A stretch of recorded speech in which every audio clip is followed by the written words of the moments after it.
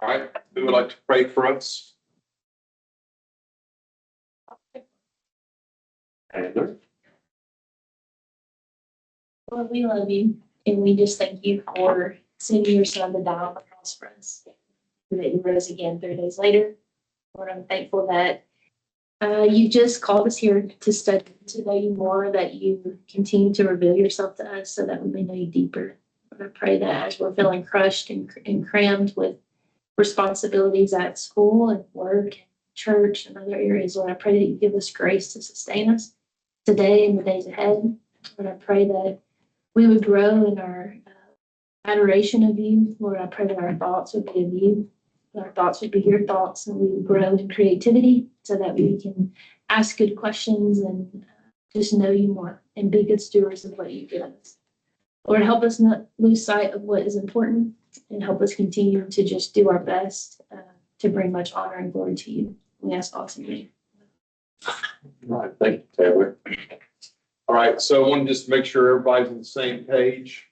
Number one, you'll notice that you have this Sunday is the Book of Deuteronomy quiz. Okay, gives us all the book quizzes are done. We also then have annotated Bible submissions, so that's next Tuesday. For those in class, we'll stop a few minutes early so we can do those annotations. For Flex students, you'll just take essentially 5 pictures, one from Genesis, Exodus, Leviticus, Numbers, Deuteronomy, 2 pages, your best ones, upload those, and you'll get credit for that. Ideally, you have read the entire Pentateuch. It's impossible to search half the people who are online to see to what extent they've done it. You can simply take those photos, upload them, and place them in a Word document, and then PDF that Word document and upload it. For you bring your Bibles to class. I'll just look through them. I can have Taylor kind of help me with that as well. We're just looking to see that you've underlined, made notes, or just whatever. There's no system. It's, have you read it, made observations in the biblical text? And so we'll do that. Then your reading log, most of you theoretically should be done by the end of the next week, so you can upload the reading log. You can just simply upload, I read 100% of the Pentateuch, and that's all you need to put in there. If you haven't finished it, you got plenty of time to catch up with it. But you'll need to make sure you read all of Genesis, Exodus, Leviticus, Numbers, Deuteronomy. Okay. The last exam is pretty straightforward on Deuteronomy. Then that leaves all this left is your research paper. Okay. It's due super late, which means it's going to take me probably 2 weeks to grade those because there's 30 of you. Those are only 60 in here. There's an additional, 14 to 16 online. And I plan on thoroughly grading those. Ideally, I would love for you to print them out and hand them to me because I like to grade by handwriting on them. If you don't have to, but that way I can then it's a lot faster for me. If not, I'm having to insert comment because I want this to be the most helpful critique of a paper you have so that it improves the next semester. So we'll get them back. Yeah, I'll make sure you get them back. If the worst case scenario, I can just scan them in and email them if you're gone. I know you're not going to be gone, but I can get it to you. You had a question, and then Yeah, for the reading log, this is just the biblical text. just the biblical text, and then all of the articles that you had to read. Okay. All the Yeah. articles. Yeah. For turning the paper in like physical paper, would you prefer that paper clipped or Actually, I would prefer it paper clipped. the way you can? Yeah, so I can then just flip through the pages. What I normally do is if you have a common mistake over and over and over again, what I'll do is I don't think many of you will do this, but if you use contractions, like literally don't, but don't do that. So let's say you do say don't in a paper, I'll just say over here, avoid contractions. But the moment I see you do this more than once, I'm going to use the Latin phrase passum, and that just means throughout your paper. I'm not going to mark every time. It's just going to take too much. If I see the same mistake in a footnote, I'm not going to mark every footnote. I will mark it and literally say passum all the way through your paper. Okay? That means for you to pay attention to go. If your footnotes look like you have chosen not to even look at Turabian, I would just block let's line around them and say, these are wrong. Not Arabian. I'm not fixing this. I have more things to worry about, like your content. Okay. Other things to pay close attention to.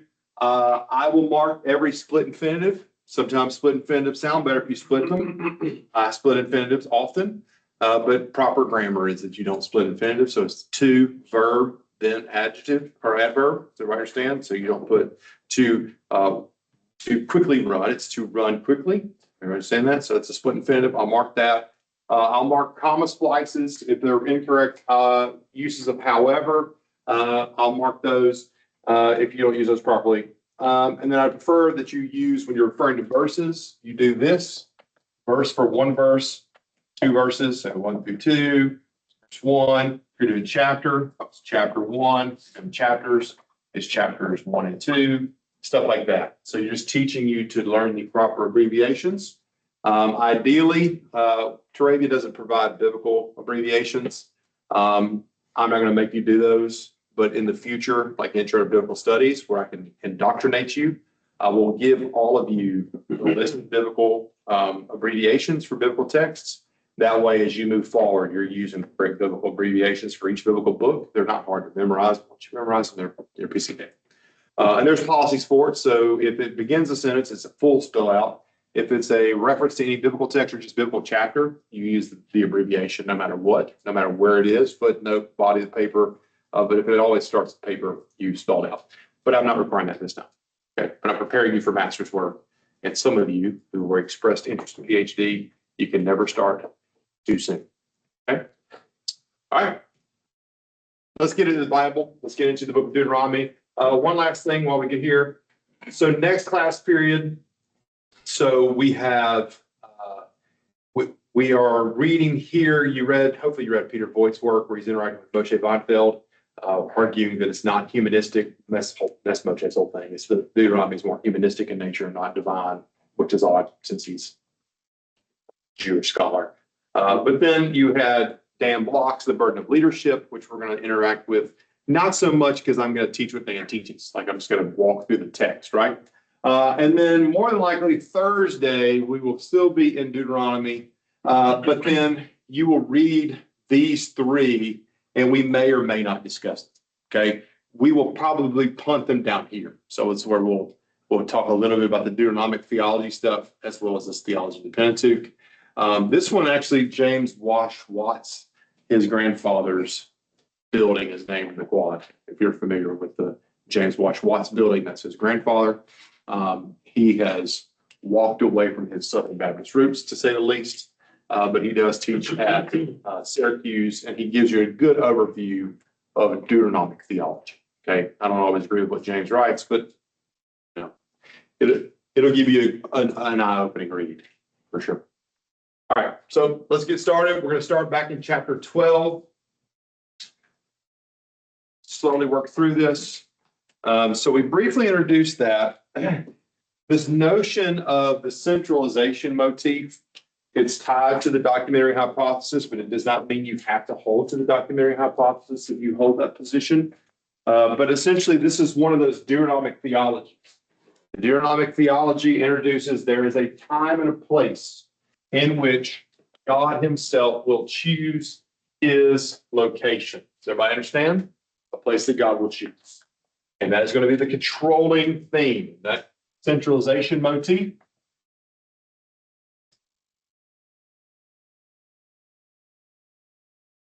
Found primarily in 12 through 18. So it's Deuteronomy 12 through 18, and it's found 18 times.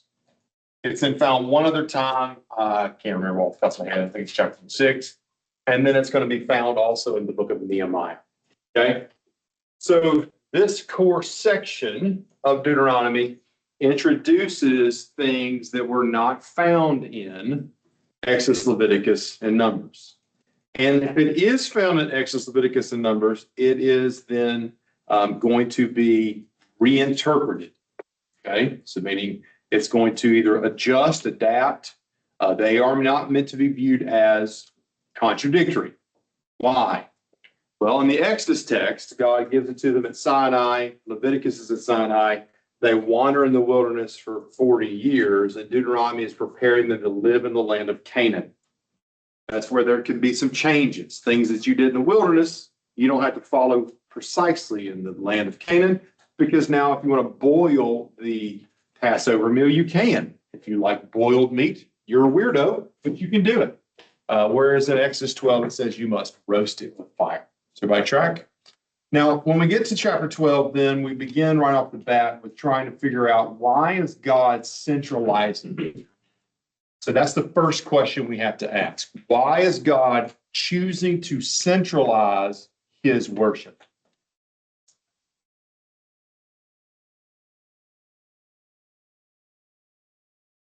Has God been central the whole time? He's in the tabernacle. Around Book of Joshua, they conquer the land, they then divide the land in chapter 11. But God is going to be centrally located and worshipped. Okay, why is that? Nations have their different altars for different gods on different. Okay, so chapter 12 talks exactly what Ben said, that there are all these pagan worship sites and that they are to tear them down. And the reason for the sole centralization of worship is to control the cult. It's not a dirty word. I know in apologetics, the word cult is a bad term. But when you're talking about the Israelite cult, the worship of Israel, it's the words they use. Okay. By centralizing it, you can control it. And by controlling it, you can keep it from becoming polluted or prostituted by syncretism of pagan religions. Does everybody understand? And so they're controlling it. Now we know for a fact they do not do this. They create alternative worship sites, which we've seen in 1 Kings 12.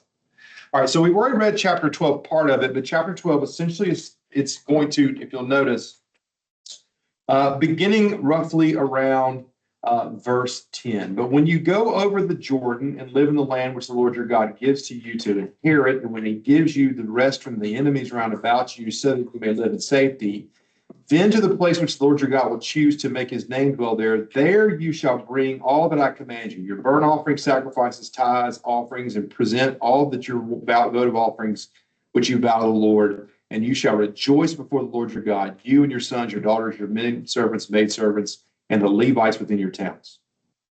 Okay, so now it's centralizing burnt offerings and worship and tithe. Is that feasible? If the burnt offering is for a covenant breaking sin, if a sin offering is for unknown or unintended sin, like you get cut off in traffic, how feasible would it be for those in the room?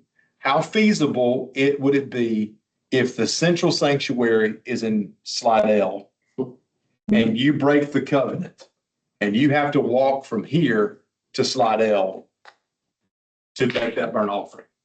You might as well live in Slidell. I mean, not even that, there's 600,000. Right. They can't do that every day. Okay. So that's not very feasible. Of course, that gets into the issue of to what extent are they really keeping these sacrifices, right? So like you'd have to own this massive horde of sheep or goats. How feasible then is it when you're in the land to then have to walk and make these atoning sacrifices? It's very unlikely, right? And then tells you any of the sacrifices you do in your towns, these can function as essentially secular sacrifices that you can eat. So it's de-sacralizing sacrifice at the daily level in your villages. So now Deuteronomy is in a sense modifying who can and where can you give the offerings, because everyone's been around the tabernacle, but now we're given freedom to go wherever we want. So that's the first big change. We're going to circle back to all this in a bit. Chapter 13 is a great chapter. It talks about killing people. It's always a good chapter. It says basically if the prophet arises, there's a dreamer of dreams, and they start saying things that are not contrary or that are contrary to God, it tells you that you are to kill them, even if it's your own brother. Now, why would he introduce that all of a sudden? Because of the Canaanite influence, when they go in the land, there are going to be people who are going to influence them who are going to say, God has not really said this. And they're going to listen to these false prophets, these false mediums, these false necromancers, these false peoples. And you are to know the word of God well enough to discern if they're true or not. And if they're not true, stone them. Okay? All right. Pretty fun chapter. Then we see in chapter 14 and 15 a couple other major things. So we're going to look at chapter 14, verse 22, and we're going to start doing what's called Deuteronomic theology. We're going to start showing you how this stuff pervades the other texts. I don't do a whole lot of this in Old Testament survey because it just becomes overwhelming. It now tells you that all of your tithe in chapter 14, verse 22, and all of all the yield of your seed, which comes forth from your field year by year, and before the Lord your God, you are to bring it to the place that he will choose to make his name dwell there. And you shall eat of the tithe, your grain, your wine, your oil, the firstlings of your herd and flock, that you may learn to fear the Lord your God as always. So you have to now bring your tithe to the central location of God. What was the tithe's purpose before this? John. Question right there was she's to the central location, they'd have to go to Slidell, like, They'd have to go to Slidell. They'd have to walk from here to Slidell. but they can't do the one at your hometown that you made Correct. as a temporary, they cannot do that. Cannot. So what was the role of tithing before this? Tithing was to provide food for the Levites. When the Levites defeat the pagans in Exodus 32, it says that remember, the firstborn sons of every Israelite is to be dedicated to the Lord. When the Levites defeat those 3,000 that did the golden calf worshiping, God says, today you have set yourself apart to be my chosen people. And today, the firstborn sons now have they go back to their family. Is everybody right? Remember that? So the Levites are God's specific people group who do not have their own land. They're the only tribe that does not have land.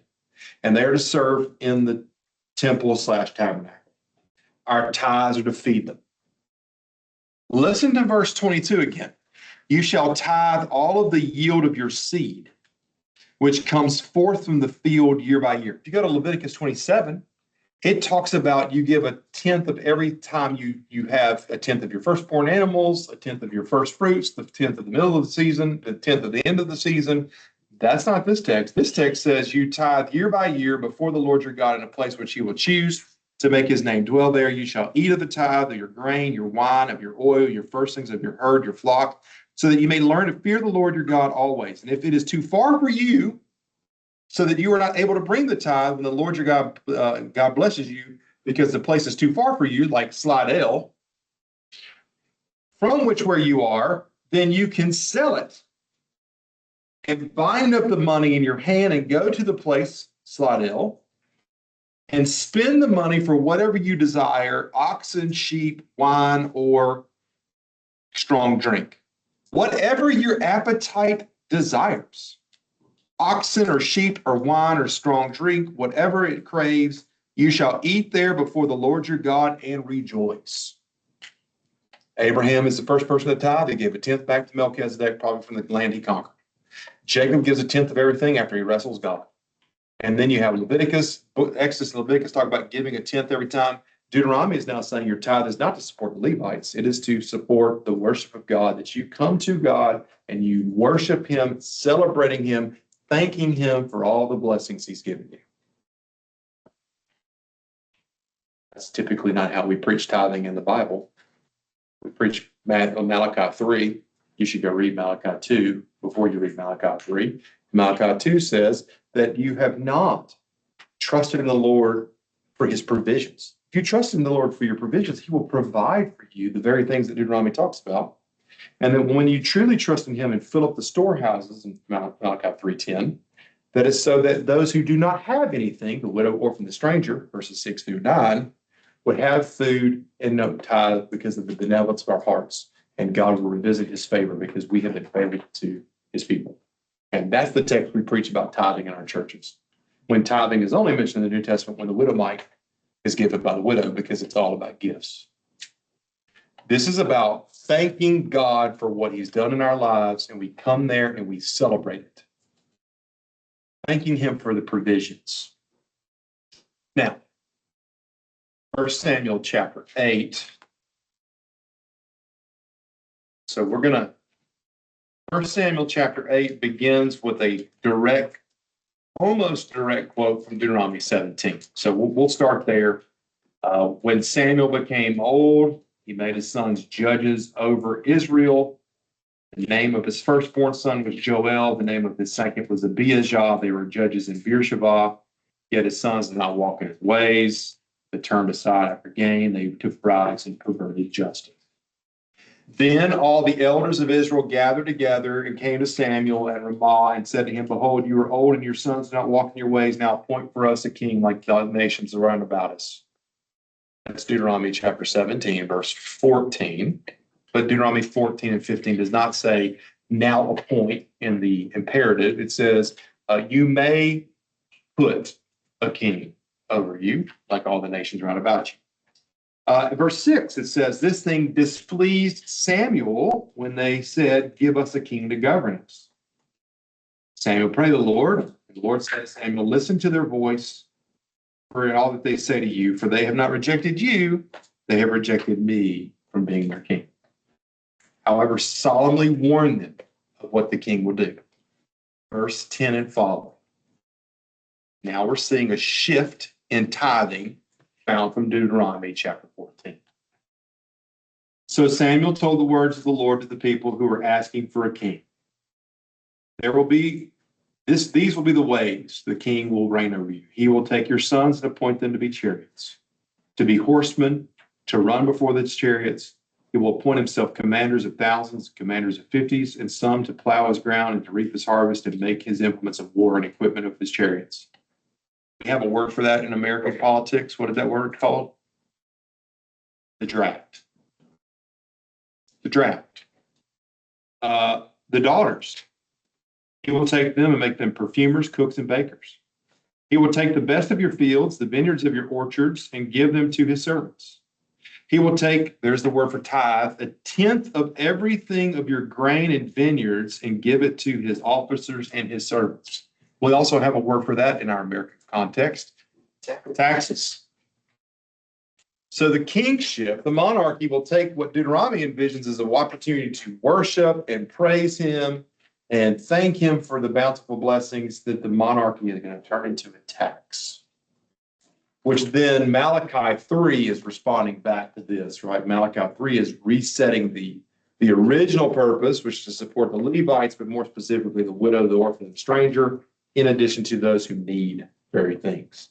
Preaching tithing is a lot more complex than they let on. If you're interested, you can just go read the chapter in my book on this topic. There's a lot of words there that make no sense. Logan, you've read it. You've read everything I've ever written.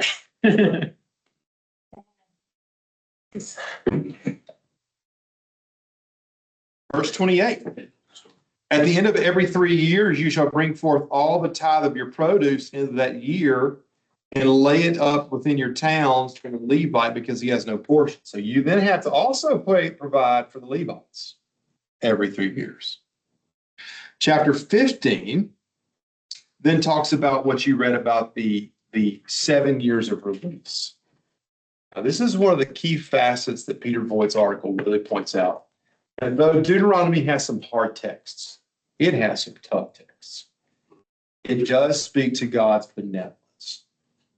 It speaks to his not humanitarian level that Moshe Weinfeld talks about, but how there is human sanctity in God's covenant people. It comes from God himself to his people and how we treat one another.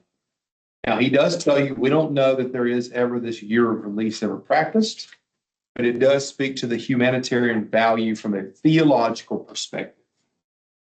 If you'll notice, beginning in verse 12, it says, if your brother, a Hebrew man or a Hebrew woman, is sold to you, he shall serve 6 years, and in the 7th year you shall let him go free from you. And when you let him go freely, You shall not let him go empty-handed. You shall furnish him liberally out of the flock, and of your threshing floor, and out of your winepress. For the Lord your God has blessed you. He shall give to him.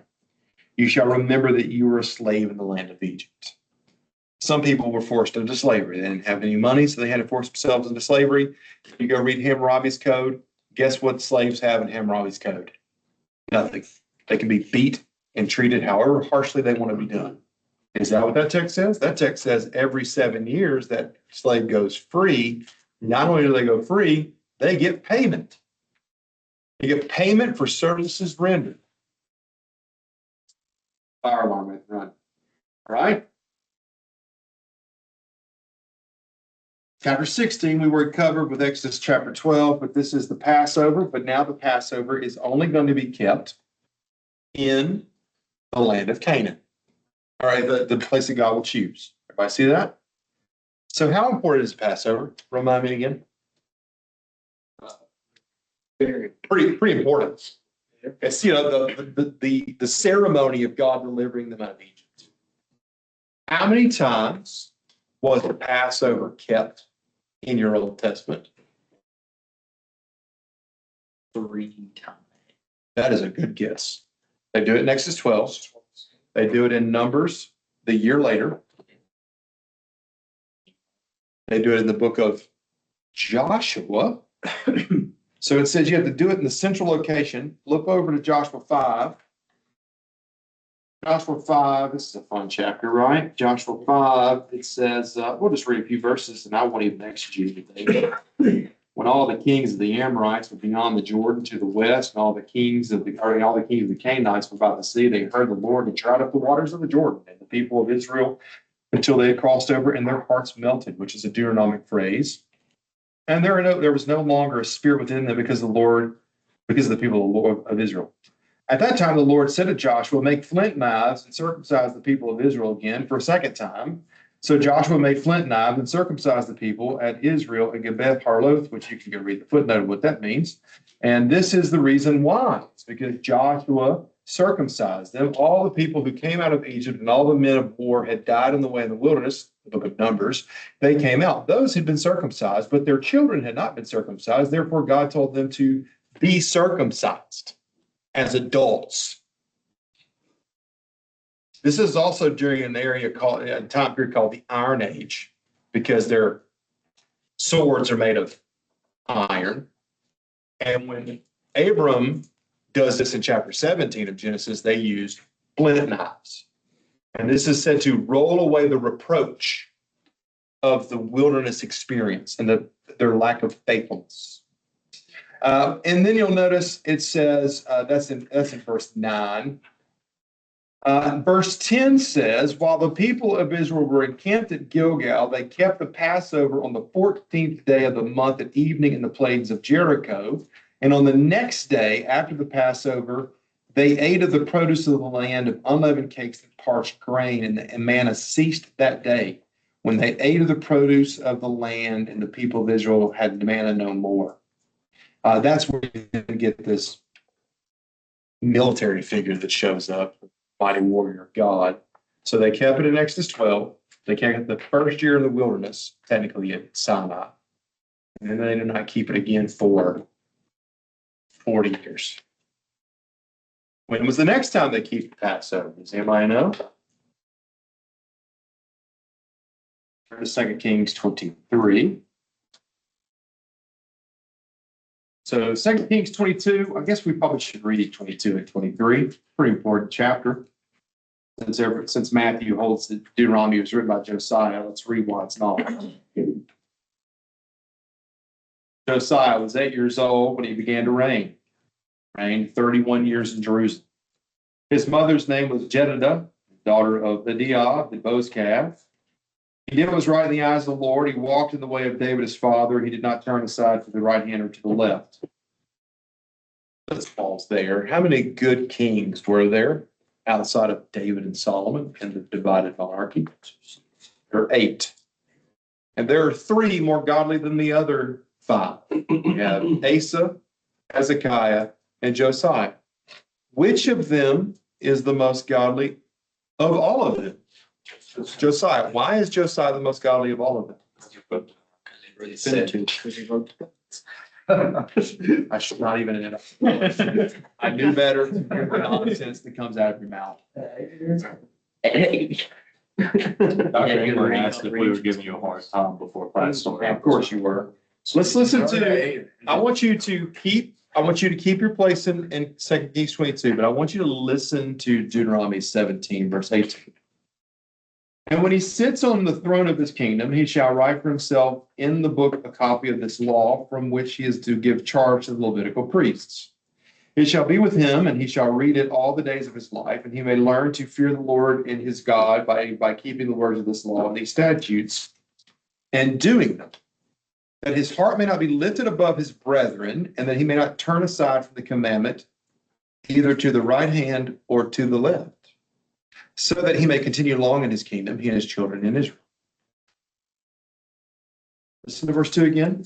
It was right in the eyes of the Lord. He walked the ways of David his father. That's why Asa, Hezekiah, Josiah are more godly than the other five, because it says, like David. However, Josiah is the only one that has the next phrase. He did not turn aside to the right hand or to the left, which is exactly what Deuteronomy 17 says. The ideal king meditates on the word of the Lord, and does not turn from right or left of the word. And then in the very next few verses, the word of God is found in the temple. It tells us in the 18th year, so it means he was 26 years old. They find the book of the law hidden in the temple. That's verse 8. Upon hearing this law, they take it and read it to Josiah, and he tears his clothes in verse 11. And upon hearing this is chapter 23. It says, then the king sent all of the elders of Judah and Jerusalem were gathered to him, and the king went up from the house of the Lord with all the people of Judah and all the inhabitants of Jerusalem, the priests and the prophets, and all the people, both small and great. The prophets there have to be probably Jeremiah, because Jeremiah overlaps Josiah. Both small and great, he read in their hearing all the words of the book of the covenant, which had been found in the house of the Lord.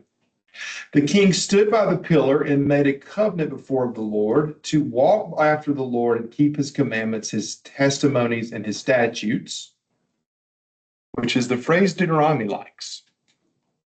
Listen to the next part. With all of his heart and all of his soul, which is Deuteronomy chapter 6, verse 5.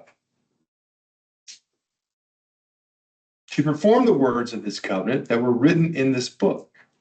Deuteronomy calls itself Zot Sefer, this book, this Torah.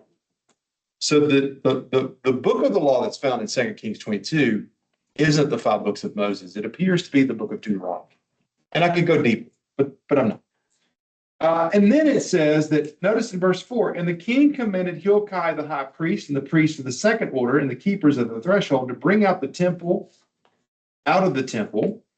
of the Lord all the vessels made for Baal and Asherah and for all the host of heaven. Baal and Asherah statues were in the temple of the Lord and the host of heaven. He burned them outside of Jerusalem in the fields of Kidron, carried their ashes to Bethel, which is where Jeroboam built that golden calf, pagan idol worship location. He deposed the idolatrous priests from the kings of Judah who had ordained to burn incense in the high places of the cities of Judah and round about Jerusalem. Those who burn incense to Baal, to the sun, to the moon, to the constellations, to the host of heavens. He brought out the Asherah from the house of the Lord outside of Jerusalem to the brook Kidron and burned it at the brook Kidron, beat it to dust, cast the dust upon the graves of the common people. He broke down the houses of the male cult prostitutes, which were in the house of the Lord. I don't even have to exegete. He then goes on and he says, prostitutes were in the house of the Lord, where the women wove hangings for Asherah He brought out all the priests out of the cities of Judah that defiled the high places where the priests had burned incense from Gibeah to Beersheba. That is exactly what Deuteronomy 12 tells them to destroy when they enter the land. You destroy every altar, every high place that you encounter in the land of Canaan. And now I just read to you, that's exactly what they're doing in the land.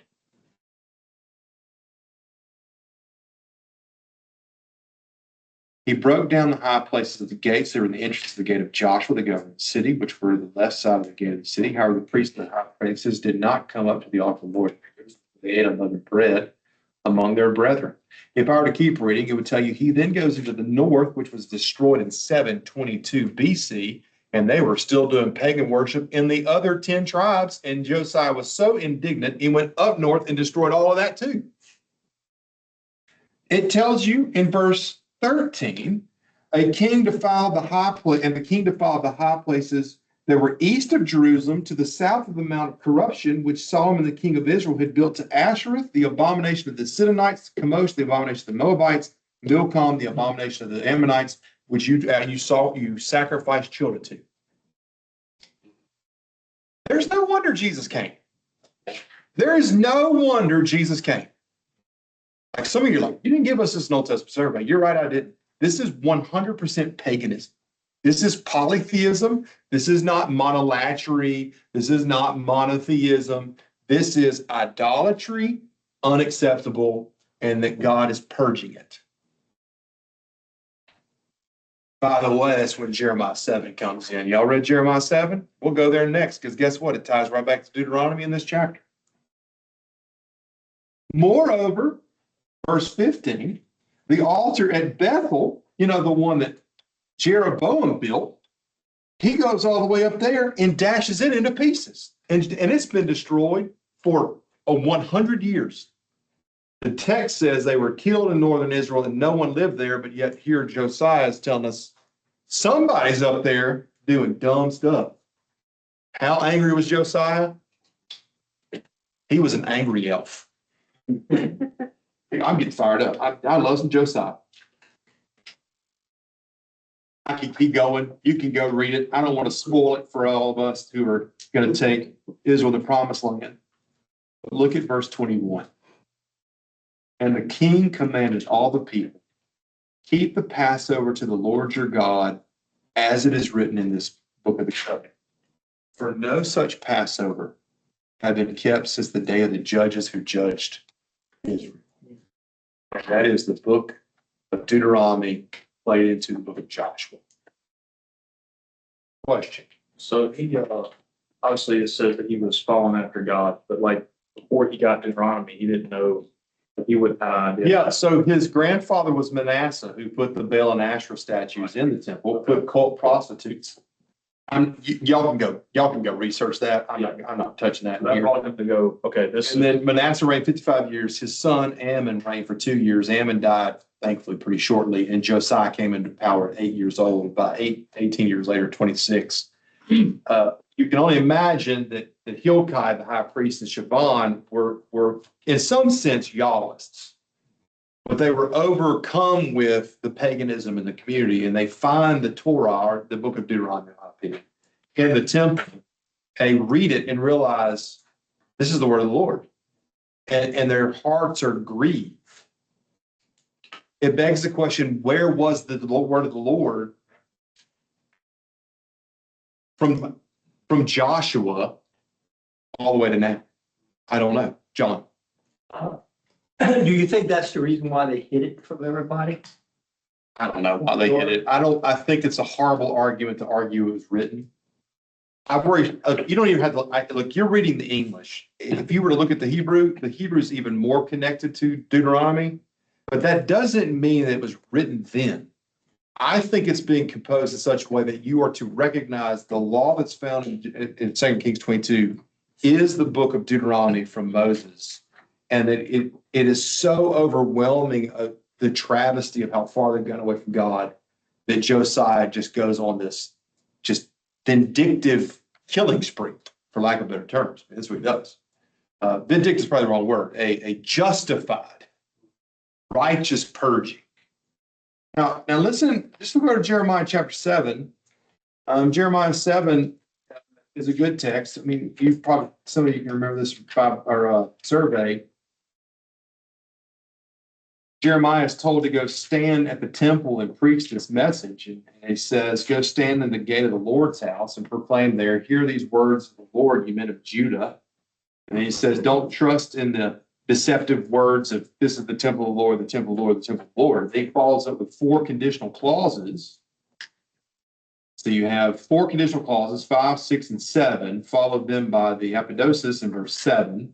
If you amend your ways and your doings, if you truly execute justice with one another, if you do not oppress the alien or the fatherless or the widow, if you do not shed innocent blood in this place, if you do not go after other gods to your own harm, then I will let you dwell in this place in the land I gave of old to your fathers forever.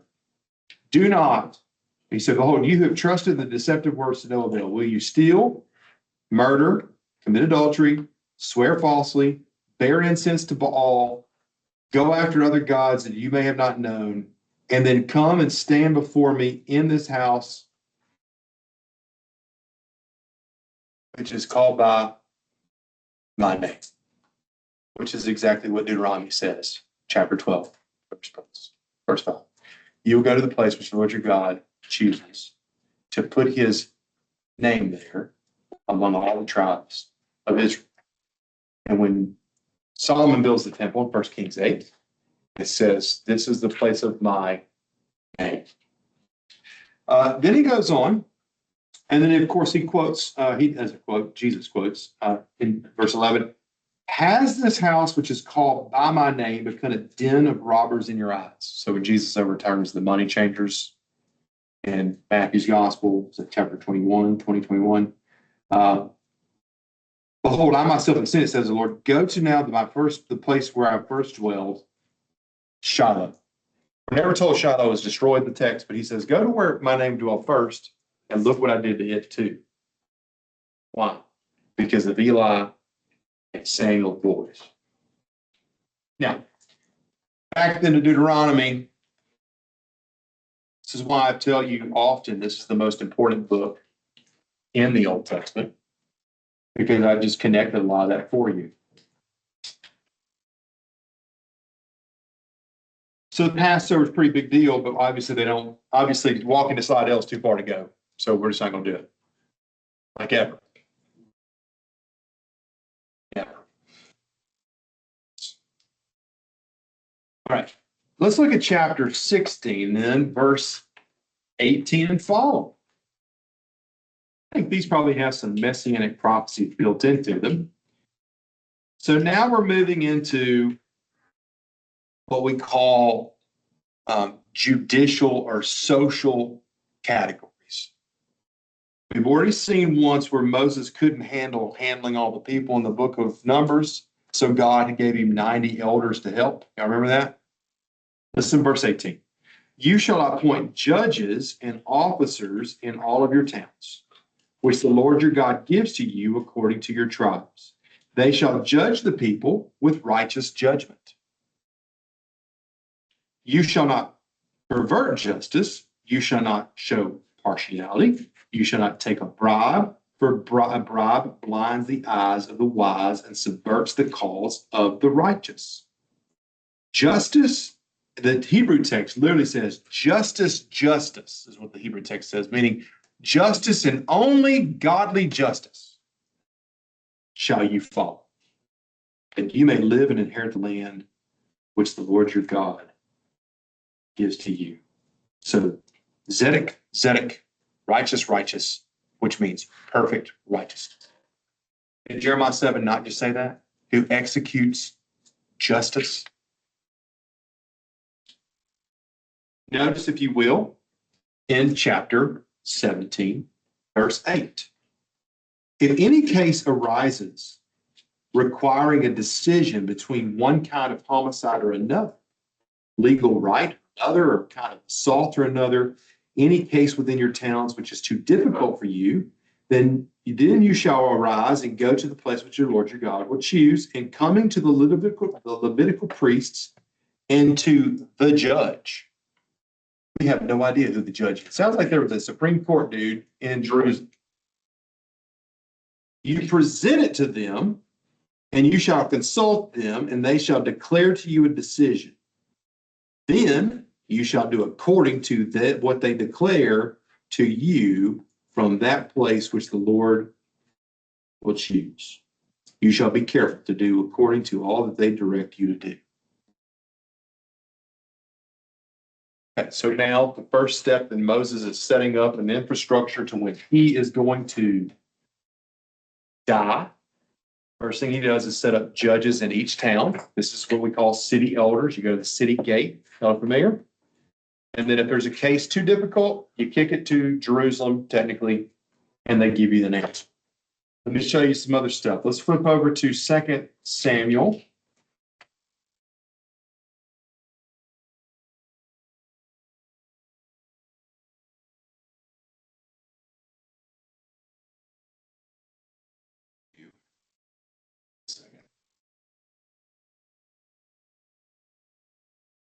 Chapter 15 of 2 Samuel.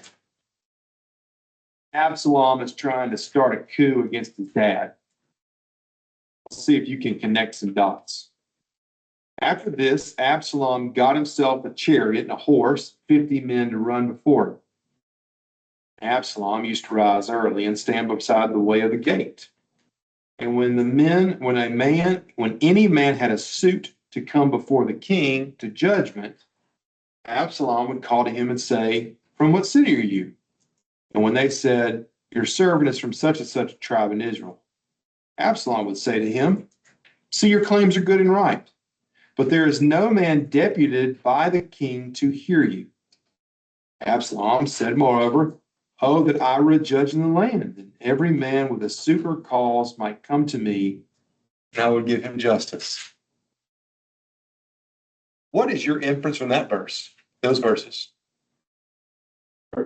First little bit is a callback to Deuteronomy 17, horses, men.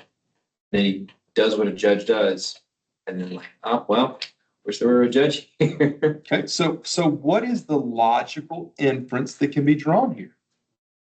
Okay, all of you who've had me in Old Testament survey in seat know I crush David. I crush him, but I also point up that he's a godly man because he repents of his sins. Okay, so only like 5 of you are going to take next semester's class, which is fine. Like Samuel Corpus is doing 2 things for you, Samuel and Kings. There is 2 layers of the Samuel and Kings Corpus. There's the Davidic layer, the pro-David layer, that's praising David for what he's great at. He's awesome. But there's also a Josianic layer. And so when you're reading along, when you get to Josiah, you're like, oh, this is the one that's been promised about all the way through Samuel and Kings, all the way back to Deuteronomy. He's doing all these right things. Is this pro-David or anti-David? It's anti-David. It's telling you, the reader, if you've read Deuteronomy, which we just did, by the way, what has David not done? Put judges in the city to hear the case of the people, which is it's subtle. It is setting the reader up that David isn't as perfect as we thought. And before that's offensive, that's why we need Jesus. We'll ignore chapter 11, ignore the interpretation of chapter 11. It's not a good chapter. There's adultery, there's murder, there's covetousness, and now we see he doesn't even follow the biblical law that he was supposed to write a copy of and meditate on it day and night, turning not from the right or left. Let's not forget that he's not to elevate himself above his fellow brethren, which, by the way, he just killed from chapter 11, so that he could take his wife. Very subtle there, but that doesn't make him a bad person. It makes him a sinful person. And that's, thankfully, we get Psalm 51, we get other Psalms where he's praising and repenting, which is good. But I think that this is one of those layers of showing you the brokenness of David in some regard. I'm going to kill a sacred cow for you now. Let's go to 1 Kings.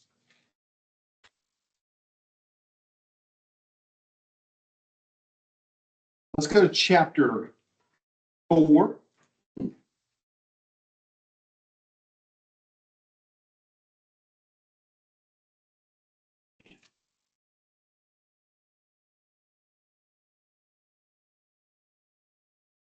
Here's chapter 3 applied to you.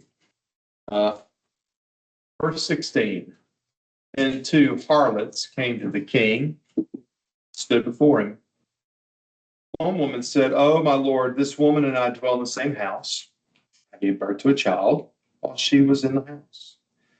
Then on the third day, I was delivered. After I delivered, the woman who also gave birth, and we were alone. There was no one else with us in the house, and only we two were in the house. This woman's son died in the night because she lay on it. And she arose at midnight and took my son from beside me while your maidservant was asleep, and laid it upon her bosom, and laid her dead son in my bosom. When I arose in the morning and nursed my child, behold, it was dead. But I looked at it closely in the morning, behold, it was not my child that I had born. But the other woman said, No, the living child is mine, and the dead child is yours. First said, No, your dead child is yours, and the living child is mine. And thus they spoke before the king." So we all know what the king does. The king says, "Look, just cut the baby in half." Y'all are familiar with this text, right? Give one to one, give the other half to the other.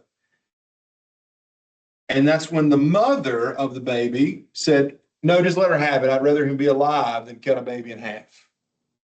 This text then goes on to tell you that this is to prove Solomon's wisdom.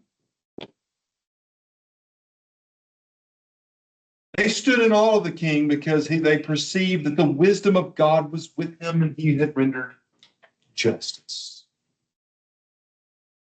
We see in chapter 4, verse 29, God gives him this deep justice, which is why he writes Proverbs, Ecclesiastes, and Song of Solomon. But is that an example of his true wisdom, or is it an example like David? He too did not have judges set up to hear those kind of cases. Depends on how you want to read it. I read it as a glass half empty. I think it shows he's not following the laws of the Lord. Well, thankfully, the writer of 1 Kings gives us a good snapshot of Solomon, right? In chapter 11, where it tells us all the bad things about him. Which, hold that place and go back to Deuteronomy chapter 17. I'm like, man, you really do not like these two. I do like them. I do. Chapter 17, verse 14.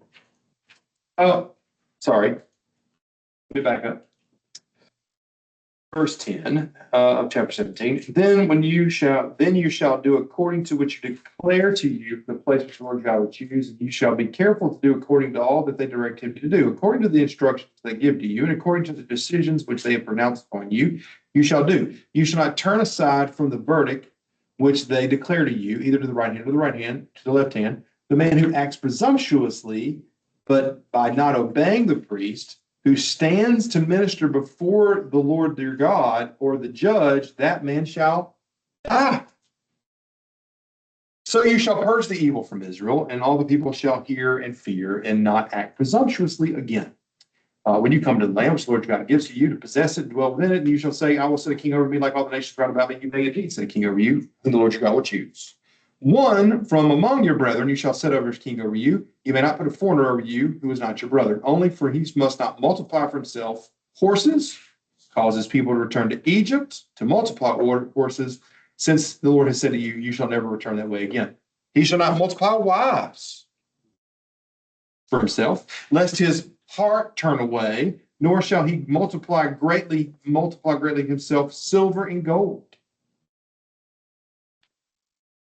1 Kings 11. Now King Solomon loved many foreign women. The first one is the daughter of Pharaoh, which is the first one you're not to go back to Egypt to get horses. Then he married Moabite, Ammonite, Edomite, Sinite, Hittite women for the nations concerning which the Lord your God has said to Israel, you shall not enter into a covenant marriage with these people, which is from Deuteronomy. Neither shall they with you, for surely they will turn away your heart after their gods. You shall not multiply wives for himself, lest his heart turn away. Whoever wrote Kings is wanting you to see that Solomon is nation of chapter 17. I don't even have to unpack the rest. It goes downhill from here. I mean, 700 wives. That's it. 300 concubines. Talk to me after class what a concubine is, but he's got a problem. It says his heart turned and he worshiped other pagan gods. So question, everybody. Where does Solomon learn this behavior of acquiring 1,000 women? Yeah, I do. Also, Y'all said it. I didn't say it. How many wives did David have? there's Saul's daughter. There's when he took That's that. hard. 2 Samuel chapter 3. Why not just continue the assault? King David. Chapter 3. There was a long war between the house of Saul and the house of David. David grew stronger and stronger while the house of Saul grew weaker and weaker. The sons who were born to David at Hebron, the firstborn was Ammon of Ahinoam of Jezreel. The second was Chileab of Abigail, the widow of Nabal, which is also under suspicion. Third is Absalom from the son of Bakah, daughter of Talmah, king of Geshur. The fourth is Adonijah, son of Haggith. She sounds like a bad dessert. Haggith. The fifth is Shethai, the son of Abital. The sixth is Ithraim of Eglah, David's wife. These were born to David.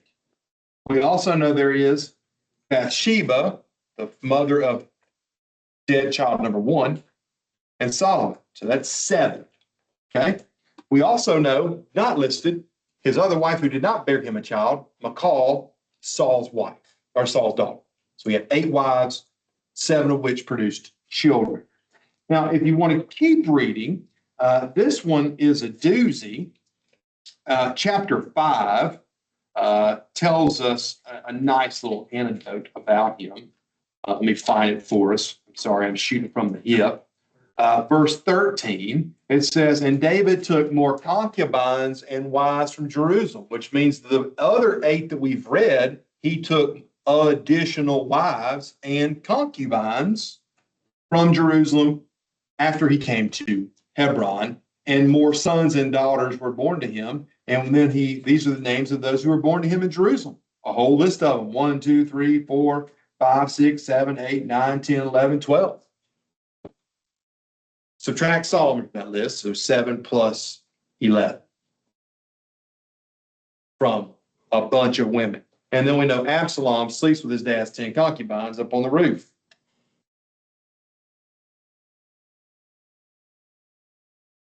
Just reading you the text, people. Just reading you the text.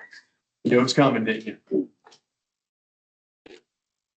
So does Deuteronomy 17 indict David? Does it indict Solomon? Does it indict both?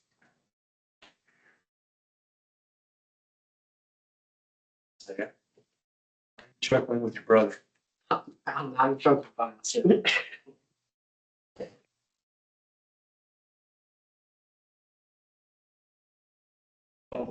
Both. All of them, both guilty. Both. A lot of them guilty. Now, A lot of the kings are guilty. oh, Matthew is going to tell us that this text is written after David and Solomon because it's too much of a lining up with, that's kind of the rationale. Because this is too pointed to them. No, I would argue the opposite, that the Deuteronomist, who is responsible for editing Samuel and Kings, is making sure when I point these things out to you, that you're not missing that David and Solomon failed to meet the standards outlined in Deuteronomy 17, 14 through 20. Or the author saw the example of David and Solomon said that it wasn't a result of that Josiah would put. And that's why it's, But I'm just saying, there's two, that makes sense too. It makes sense.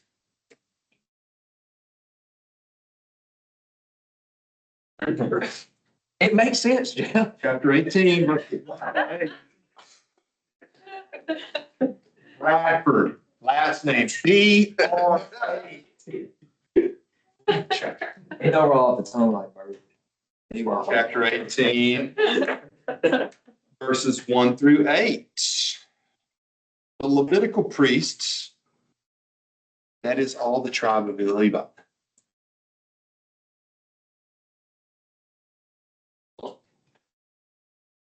What is Moses doing? Up to this point, it's always been the tribe of Levi, tribe of Levi, tribe of Levi, tribe of Levi. Now it's Levitical priests. You know, comma, the tribe of Levi, because I just came up with a new phrase. It's the first time it's found in the Old Testament. Keep reading. They have no portion. Inheritance within Israel, they shall eat the offerings by fire of the Lord as his right dues. They shall have no inheritance among their brethren. The Lord is their inheritance as he promised them. This shall be the priest's due from the people, from those who offer sacrifices, whether it be an ox or a sheep, they shall give the priest the shoulder and the two cheeks and the stomach. I'll pass the stomach.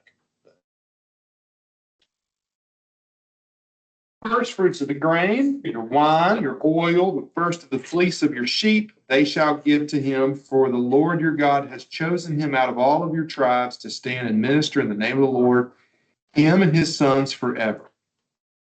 Verse 6, if a Levite comes from any of your towns out of Israel, where he lives, he may come when he desires to the place which the Lord your God will choose. Then he may minister in the name of the Lord his God, like all of his fellow Levites who stand to minister before the Lord.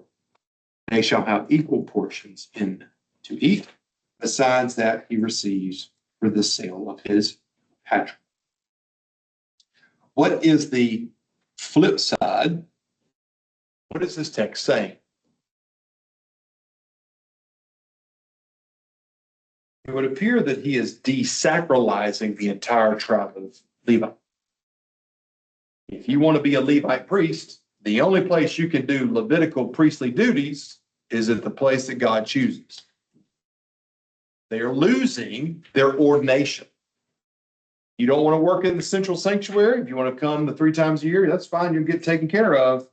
But you cease to be a priest outside of the controlled worship of God, because you jokers can't be trusted. 2 Kings 23. Phrase Levitical priesthood appears to be late. It's found in Ezra and Nehemiah. One could argue that it has been written back into this text on purpose, but I will hold Matthew at bay for a bit longer to unpack the meanings of what we're going to deal with. Let's now look at verse 9.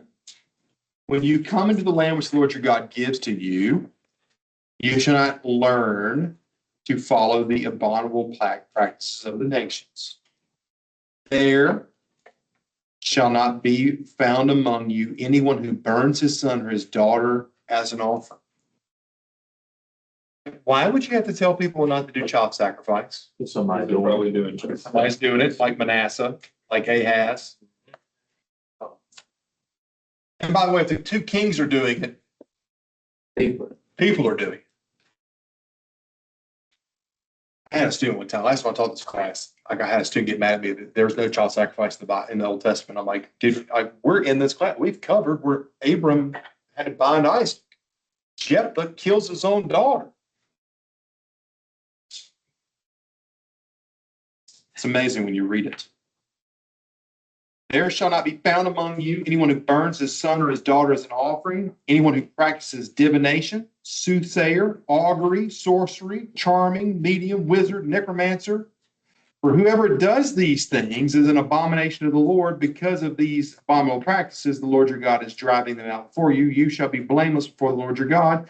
For these nations which you are about to dispossess, give heed to such soothsayers and diviners, but as for you, the Lord your God has not allowed you to do so.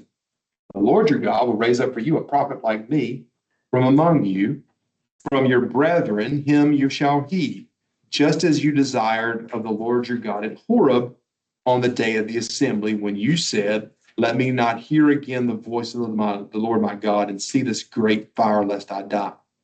The Lord said to me, they have rightly said all that they have spoken. I will raise up for them a prophet like you from among your brethren. I will put my words in his mouth, and he shall speak to them all that I command. And whoever will not give heed to my words, which he shall speak in my name, I myself will require it of him. But the prophet who presumes to speak a word in my name, which I have not commanded him to speak, or who speaks the name of other gods, favorite part of that verse, that same prophet shall die. And if you say in your heart, how may we know the word which the Lord has not spoken? When a prophet speaks in the name of the Lord, if the word does not come to pass or come true, that is a word which the Lord has not spoken. The prophet has spoken it presumptuously. You need not be afraid of him. Jeremiah 28. Jeremiah prophesied. Another prophet said, he's lying. This is what God really says. Jeremiah, my boy, he says what? Why don't we write these two down? You write your little scroll. I'll write my little scroll. We'll roll those things up. We'll put them in jars. We'll bury them in the earth. And after a year, we'll come back and see who told the truth. There are 52 chapters in Jeremiah, which means he had to write 29 through 52 because that guy died. They stoned him right there on the spot.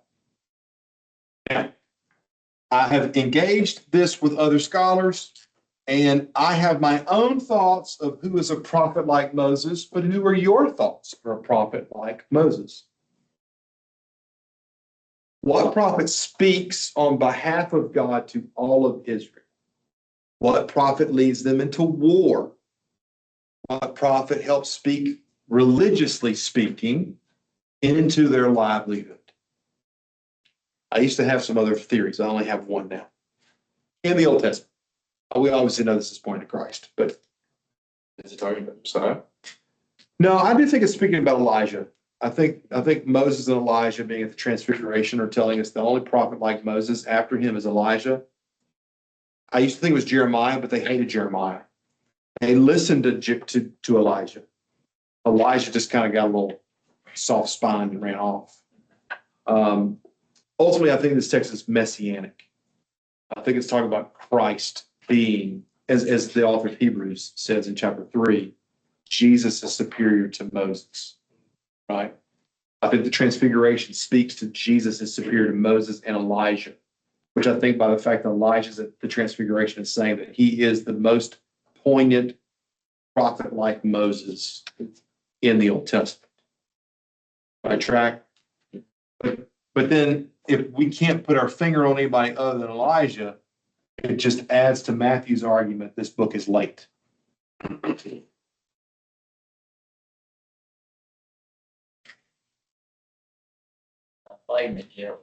So if I'm with him, I can't win. I just look at his hair and I'm like, I can't Reading the win. text, yeah. Can't win. His hair is too good. Just reading the Bible. I think you're reading too much into it. His hair? Gotta read it. All right.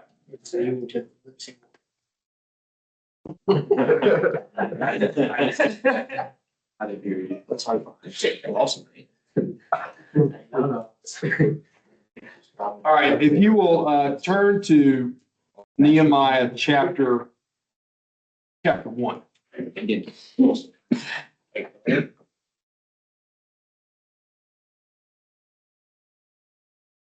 Notice, if you will, verse 8. Remember the word which you did command to your servant Moses, saying, if you were unfaithful, I will scatter you among the people. But if you return to me and keep my commandments and do them, though dispersed, be under the farthest skies, I will gather them there again to bring them into the place which I have chosen to make my name dwell there. So this Nehemiah 1:8 is intentionally connecting us back to Deuteronomy. Okay? So that is going to pose an interesting question. What do we, so let's ask this. I think we're going to pick up on this next class period. We have 10 minutes. So we've already kind of talked a little bit about, like, it's envisioning the central location, and David is the one who centers Israel, politically speaking, in 2 Samuel 5. He then brings the ark to Jerusalem in 2 Samuel 6. He then makes the covenant to build God a house, and then God says, no, Solomon will do that in chapter 7. That is in 1010 BC. So if Moses is the author of Deuteronomy, which is the position that we've been holding to, it's either 1440 or 1200, 1240 technically. So we're now 230 years ballpark removed till chapters 16, 17, 18, technically 12 through 18 become a reality. How do the Israelites who have to read this book every 7 years understand things that make no sense?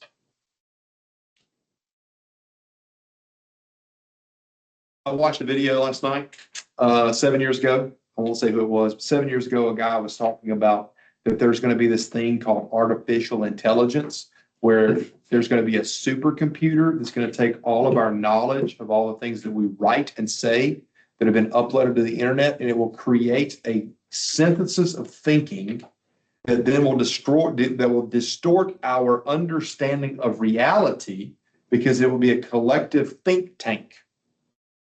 And the video was being played from 2019, and two modern people were watching it and saying, we all thought he was crazy 7 years ago. Because no one knew what artificial intelligence was 7 years ago.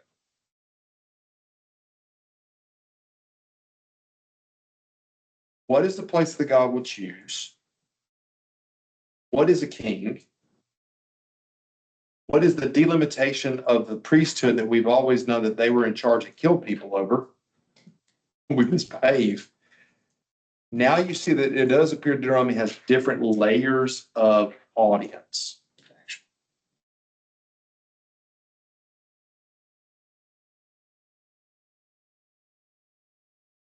So what do we do with it? I mean, we do, but at the same time, when we look at prophecy, we don't discredit the prophecy just because it has a later fulfillment. You look at Isaiah 6, where's the remnant at? And people argue for like the Syrian crisis or something like that. We don't discredit Isaiah 6 with the remnant. Just because it happens later, it just means it's a forward-looking thing, and the people just had to hope in that promise. I'm glad he said that. It rescued all the bad comments he's made all semester. All of Most of them. Speaks to be talking that. So even Bernard Levinson, who holds to Deuteronomy very late, he will even say that it is to be read prophetically, and that's not negotiable. Like it. I mean, I don't like the word literal, but Bernard is pushing that term pretty well. Okay, I'm not bashing him. I appreciate his works. But he's definitely left of center. And he's even telling me in a private correspondence, either way, it is to be read prophetically, which then begs a bigger question of what are we doing academically, right? So if a text is to be interpreted one way, then what is the purpose of the bait and switch later? Does that make sense? Like, why say, yeah, the text says this, but we know that this is the other way that's going to be interpreted. So I think there's some truth to that, Matthew. Anybody else want to add to that? Like, how do we, like, is it okay to talk about audiences of the book? There's the Mosaic audience, and though it could be prophetic, the monarchical audience would have perceived it this way. They would have done what I did to you, going and showing you David's failures, Solomon's failures based on the text, because now they have the text to evaluate what they didn't understand until it's become a reality. I think that's fair. I mean, if I understand what you're saying correctly, we do it with other books You look at Paul's writing, there's like how the early church would understand it, how the Jews would understand it, how the Jews would have understood it, the Gentiles would have understood it, how we understand it. It's the same way history, but it's just a history of interpretation. They're just doing hermeneutics. What it mean to them, what does it mean for us? It's just not done, I guess, in the same systematized way that we would think. Or even last week when you said, Moses is sitting here going, this is the covenant that the Lord your God makes with you today. And we know that that's not what happened. God made a covenant with the previous generation, but it's meant to be read in continuation. Okay. All right. So I got 4 minutes. I'm trying to process what I want to do. So I'm gonna lay my cards on the table, okay? And then you can not like them. We'll talk about this next time. I'm going to present to you on Thursday argument that I believe. Number one, I need everybody to understand. I genuinely, wholeheartedly believe Moses wrote most of the Pentateuch. Okay, I do. When I teach it in the church, it does. Even if it's a section I don't think Moses may have possibly wrote, I will say Moses because it's intended as the author. I've already shared with you. I think 34:10 has been added.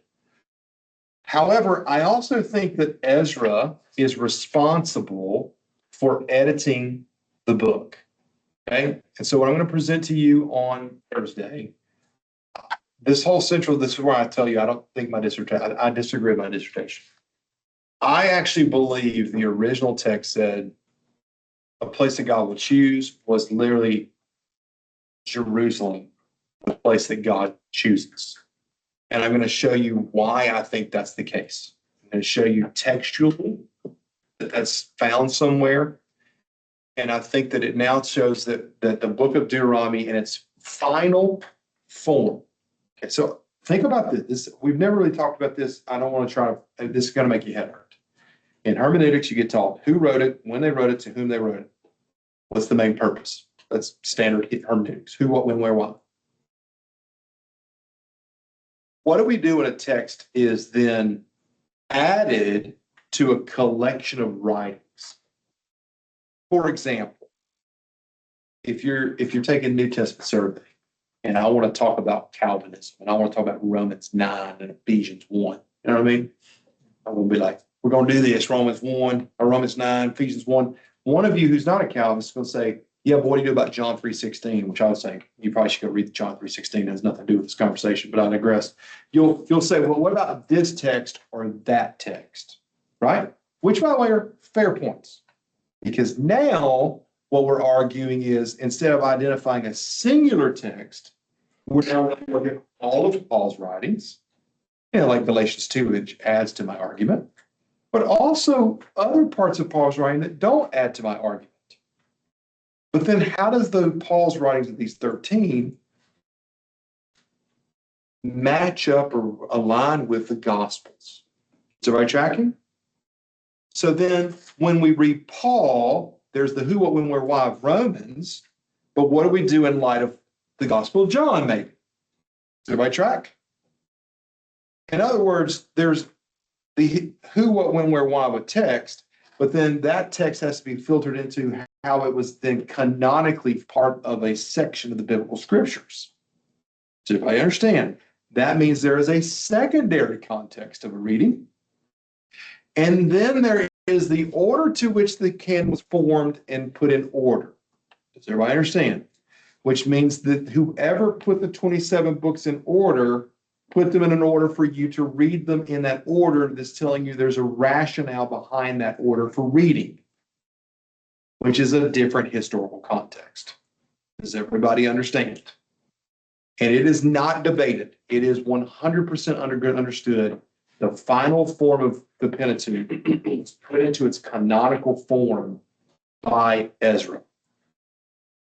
I know some of the most conservative human beings I know who argue Moses wrote it, but it was brought together in 458, 445 BC, which means now that is a new context. there's the Mosaic context, but now when he reads the law in Nehemiah 8, there's a new context. And by the way, we do this every time we study the Bible. Every time you go to Sunday school and someone says, we read it, we tell you what it means, and then they ask the famous question, what does this text mean to you? How does this affect the prophet then? In what way? The prophecy has true meaning historically rooted in a historical context, but also a messianic component, if there is one there, depending on the text we're in. But then as they, like, so someone can read back Hosea, since you think I love Hosea. We can read back Hosea and say Hosea's message, though it was dictated to 760, 740 BC, it also applies, I would say even applies to Josiah in chapter 22 and 23, which is 622 BC. So they can read that text and reapply it to their lives. You wouldn't argue that the prophets, rather just. No. Just the No, it's like, so I'm pushing back against like the critical guys saying, no, the authors are there, but as the text is, to use Isaiah's words, as the text has been received through history, it's okay for it to be updated because things change. And that is equally as inspired as the day Moses wrote them down. That's very clear. I'm going to do my best Thursday to show you maybe what I think is to be the case. All right. Word of the day is Matthew. Asher. Bail. We'll go with Bail. All right, you've already done that. Josiah it is. Josiah Amby. Amby.